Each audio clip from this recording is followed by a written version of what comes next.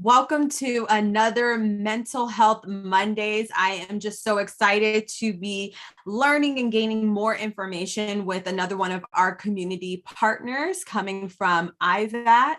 We have Mr. Boyance, who will be leading us in how to build PERMA, which is coming out of the School of Positive Psychology. So thank you so much, and we look forward to learning from you today. Thank you. So I'm Jerome Boyance. Today's topic is how to build PERMA, a positive psychology approach. So for many of you, we're going to find out what is PERMA. Let's go on to the next one. So PERMA is basically, this is PERMA. It deals with positive emotions, engagements, relationships, meaning, and achievement, right? And so how do we build positive emotions, engagements, relationships, meanings, and achievements? This is what we're going to cover today. So what are positive emotions? Positive emotion is more than just happiness, right? It includes other emotions: hope, joy, love, compassion, pride, interests, amusement, and gratitude. Positive emotions are an indicator of flourishing. And what I mean by flourishing means that you are living life to the fullest. You are not in a state of depression, right? Positive emotions incorporated into a daily routine improves habitual thinking and acting. You can undo the harmful effects of negative emotions, and you can promote resilience. So when you're thinking positively and you're having an upbeat attitude and emotion on a daily basis, that resilience when something negative happens in your life is there. You have that bounce back from something negative because you've already implanted within yourself a buildup of positive emotions. So that moment of grieving where you lost your loved one, well, you can come back from that grief and bounce up because you've had these positive emotions instilled into you and built up over time. Increasing positive emotions helps build physical, intellectual, and psychological, as well as social well-being and resilience, right? When you're having positive emotions, you're more likely to exercise and produce those endorphins and hormones that keep you upbeat, right? And with positive emotions, you're far more open to learning new things. So with the upbeat emotions, learning more new things, you can build that resilience and that social well-being going forward. So how do you build positive emotions? Well, definitely spending time with loved ones, right? So whether that's your partner, your mom and dad, your children, even maybe your favorite pet, you can enjoy time with your favorite pet. That brings you positive emotions. Hobbies, doing hobbies are activities that you enjoy. Hobbies are activities such as playing golf if you enjoy playing golf, knitting, stitching, playing chess, enjoying those activities with people you love. Listening to inspirational music is one way to build positive emotions, whether it's religious, spiritual music that brings you very positive feelings and where you're feeling grateful for who you are, for the things that you have. So it helps you also reflect on, which is our next section of how to build positive emotions, so how to reflect on the things you're grateful for and what is going well in your life. So reflecting on those wonderful things, whether you are a new parent and the joys of parenthood, what that brings to you, just reflecting on that and feeling grateful for that moment of being a new parent and the joys of parenthood. And that will also bring you some positive emotions there that builds up your resiliency in times of crisis. Engagement. So the E is for engagement. Crispin Holly in 1989 describes engagement as a flow, right? It's a flow, it's an energy, and that which is the loss of that self-consciousness, the complete absorption in an activity. So completely absorbing yourself in an activity, right? Pursuing that activity, being present in the moment, focusing on the task at hand. That's somewhat of a mindful approach at the moment, being in the moment, living the moment, right? Being aware of the moment, getting involved in so much of that task where you're totally lost in that task and you're lost to time. That flow or engagement occurs with a combination of challenge and skills that are brought together. The skills that you bring to the challenges that are brought before you, whether it's in work, family, or other life situations, bringing forth your skills to the challenges that lie ahead, that you are fully engaged in, that you can get lost in and can be completely absorbed in and enjoy. Also, the use of character strengths. So character strengths is something where we discuss in terms of the things like, are you kind, honest, brave, leadership skills, whether you are, let's see, I forgot what else, but yeah, so kind, love, brave, leadership skills, justice, where you show social justice, equal justice. These are some kind of character strength skills that you may have. So having character strength skills and presenting them in new ways each day of the week made people happier and less likely to be depressed after 6 months. And this is in a recent study, well, not a so recent study, but a 2005 study done with Siegelman, Stein, Parker, and Peterson, where they found that people who use their character strength skills every day in a new way, each day of the week, made them happier and less likely to be depressed after 6 months. So finding your skills, what are your skills of your character? Whether you're, love, how do you display love? Love does not have to be just only within family, but it can also be out in the world, presenting that love out to people, whether it's through kind acts, things like that. So these also bring forth positive emotions as well.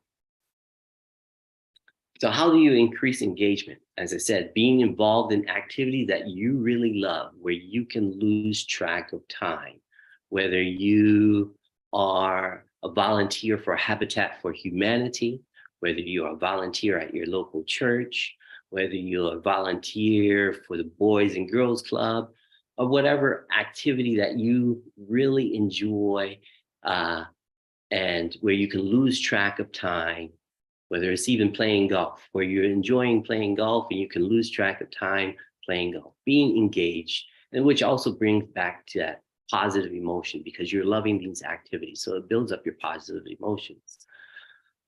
Practice living in the moment, again, mindfulness, even during daily mundane tasks. So even, as you're cooking dinner or making dinner, or even making that long drive to work, being present, being mindful of the moment of your driving, being aware that your hands are on the steering wheel, being aware of what you're looking at, being aware of how the car feels, being living the moment, right? Mindfulness.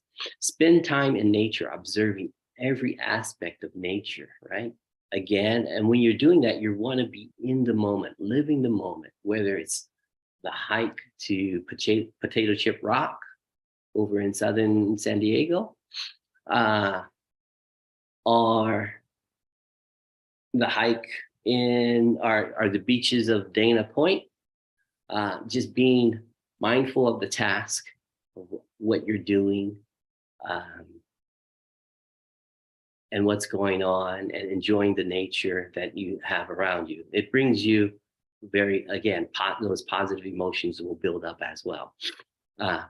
Discover your character strengths and what you do at best, right? So you want to discover your own character strengths and what character strength makes you the best? What is the best character strength for you, and how you can use those your character strengths, to build more engagement, being mindful, building positive emotions for yourself. Another one, the R in PERMA, is positive relationships. So you want to build positive relationships with partners, friends, family members, colleagues, bosses, mentors, and just the community in general. When you feeling supported and loved and valued by others. So you want relationships where you're feeling supported, loved, and valued by others, right? When you're not in those kind of relationships where you're not feeling loved, valued, and supported by others, right? That brings into negative emotions, that brings you into a slight depression. And that's not where you want to be. Where you want to be is you want to be up. You want to be positive. You want to feel loved. You want to feel supported. You want to be engaged. You want to be out there. So social connections are very important, especially as we age. If we think about it, right? As we get older and older, with the way our society is set up in terms of nursing care for our elders, sometimes in most nursing facilities, our elders are placed in nursing facilities. So their social connections tend to dwindle, especially when we think about our elders and their social connections, the people that they know, the connection of their age group, people are dying off. And so they start to go down a bit. The more they're socially disconnected, the more depressed that they get. So if you ever volunteer at a nursing home and you're interacting with the older population, you realize when you go to volunteer, they're very happy to see you. They're very, grateful that you came, because, you're increasing that social connection, which they're thriving for. And as we saw in the past 2 years with COVID and social isolation, the number of suicide has also gone up because of the lack of social connections, especially among our veteran population who didn't have that, who lost their social connection network and stayed at home. So we saw an increase in suicide rates. So social interaction is important in preventing that cognitive decline, as I refer to it, dealing with the older population. Sharing good news or celebrating success and responding enthusiastically to others creates strong bonds and relationships. So we want to share good news, celebrate our successes, whether it's that promotion, the new job promotion, the birth of a new child, getting married, upcoming vacation, right? We want to share our good news with people. And we also want them to feel just as enthusiastic as we feel about the good news.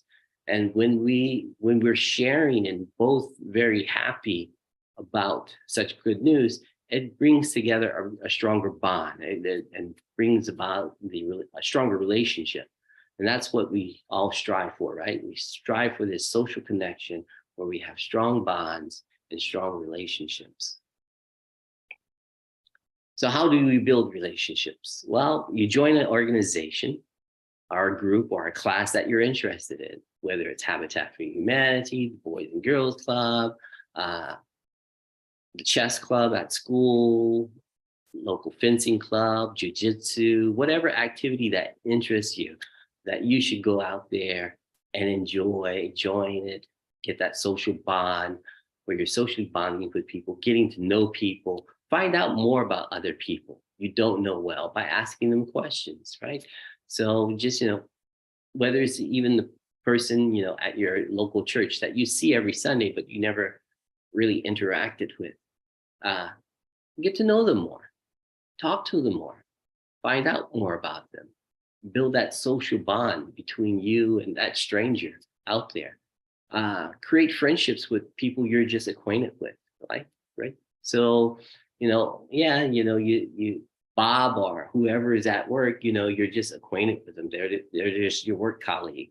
But maybe you might be interested in creating a little bit more of a friendship with that person. And so go out there, create a friendship with the person. You never know, you might enjoy the same activities as the other person, and that can bring about a greater bond for you and maybe the other person. Contact people you haven't spoken to for a while, that long lost friend that you haven't spoken to for a while. Just recently, I was remembering when I did a study abroad in Israel, and the friends I was with, the friends that I made when I was in undergrad. This was back in 1996 or so. So when I was an undergrad, and I did a study abroad in Israel, and I made some friends there. And the other day I was at work, and for some reason, I was thinking about my group of friends. And so I reached out to a good friend of mine, Bonnie. I haven't talked to for a great number of years. Reached out and just seeing how she was doing, and it was a great conversation. It felt like we never parted. We just returned back to a conversation that we last had the last time we saw each other. So just contact people that you haven't spoken to for a while, and that the emotions, the positive emotions that will bring to you. So in our PERMA, meaning, it's human nature for us to search for meaning in life, right? We want to search for, what is our value? What are we worth in life? What is our purpose? Having a purpose in a life helps one to focus on what is important and to face adversity, right? So when we face adversity, but we have a purpose, we know what our purpose is, and we can focus for it, we can overcome the task that lies ahead of us. So everyone has a different meaning, a different purpose. No two people are the same. So our professions, our social, political, creative, our religious, our spiritual purposes, we all have our own purpose, whether it's creative as an artist to go out and paint, whether it's political, whether there's a political cause or a social cause, or a professional reason to go forward in life, or a religious or spiritual reason. You all have a purpose in life. And so we just need to go forward and find your purpose. So meaning is guided by personal values, and those with meaning and purpose tend to live longer and have a greater life satisfaction and fewer health problems. And this was a study that was done back in 2009, right? That when people have a sense of purpose, they know the meaning of their life, that they tend to live longer and have a greater life satisfaction. They're enjoying their life. They have fewer health problems because of it. So meaning is very impactful here. And so how do we build meaning? Well, be involved in a cause or organization that matters to you. After I had graduated from university, my cause at the time, after I had graduated, was the Peace Corps. So I went off and joined the Peace Corps and did that for 2 years in Cameroon. And that felt very rewarding. So joining an organization or a cause that matters to you is, very important. Trying new activities to find things you can connect with. So just try things. If you're trying to find your meaning or your purpose in life, just trying new activities.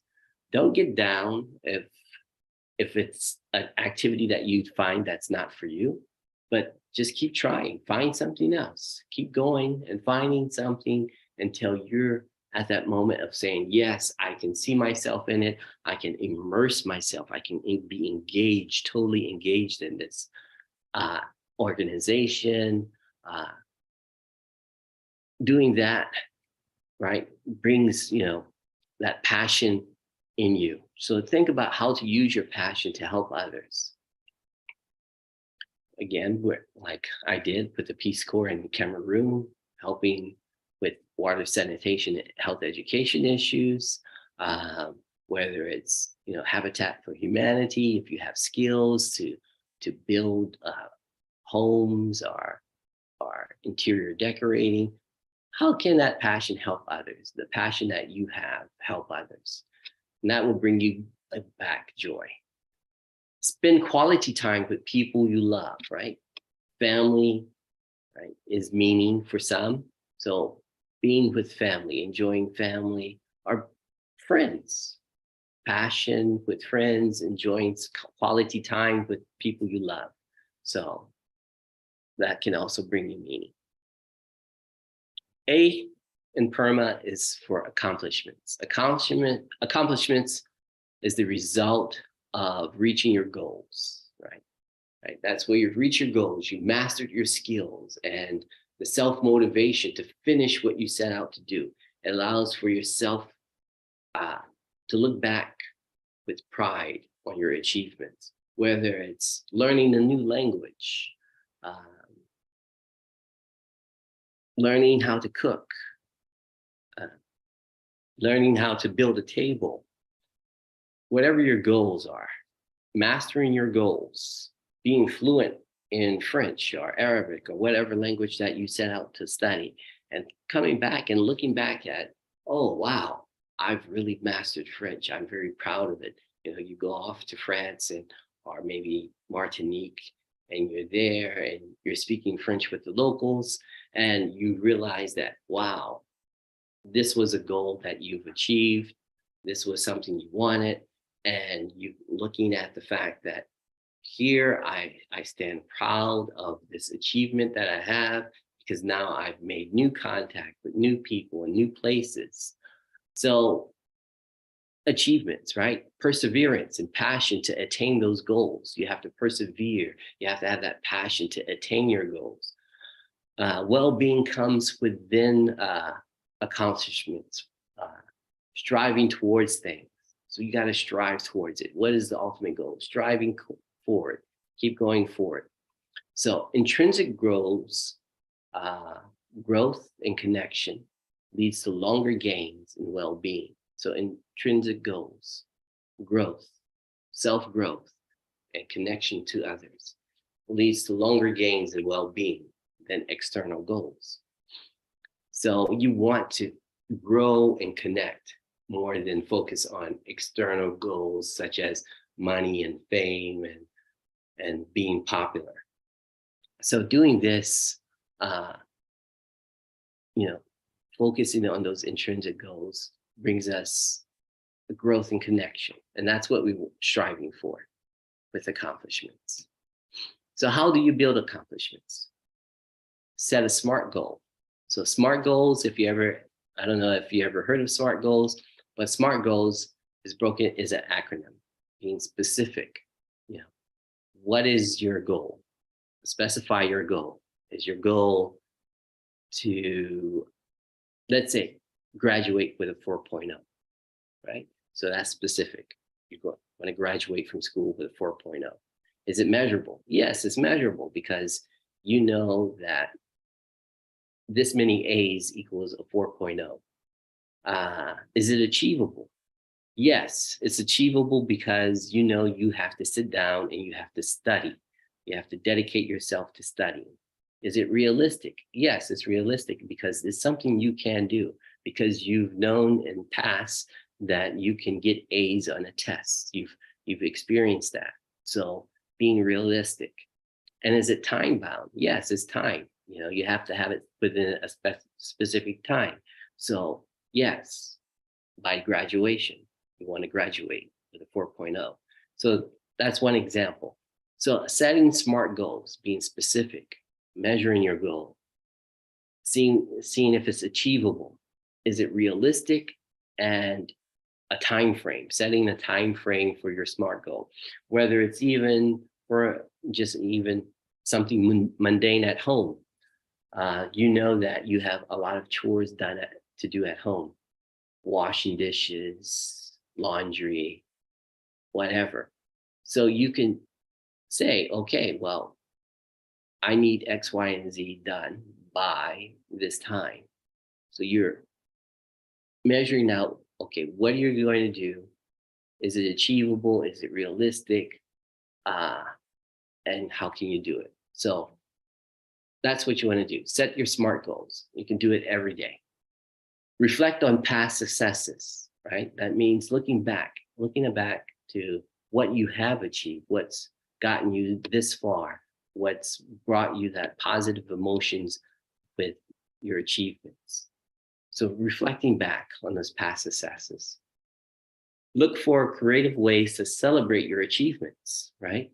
So look for creative ways. Go out with friends. Say, hey, if your goal was to get a new promotion and you got that new promotion, that pay raise, go out with friends, celebrate the pay raise, but do it responsibly. Or buy yourself a cake. Celebrate your achievements. If you've been a horrible bowler and you've been out there practicing and practicing and practicing, and your achievement have paid off where you're now bowling 300s, then go out there and celebrate that. Buy yourself a cake, enjoy it. Celebrate with friends. So that's how you can build accomplishments. Questions? And Thank you so much. Oh, go ahead. Oh, that's it. Thank you so much. This was great. I like how you broke it down and gave examples, and I know that everybody will find this to be useful and beneficial. And so just thank you for your time. And if there are any questions, we will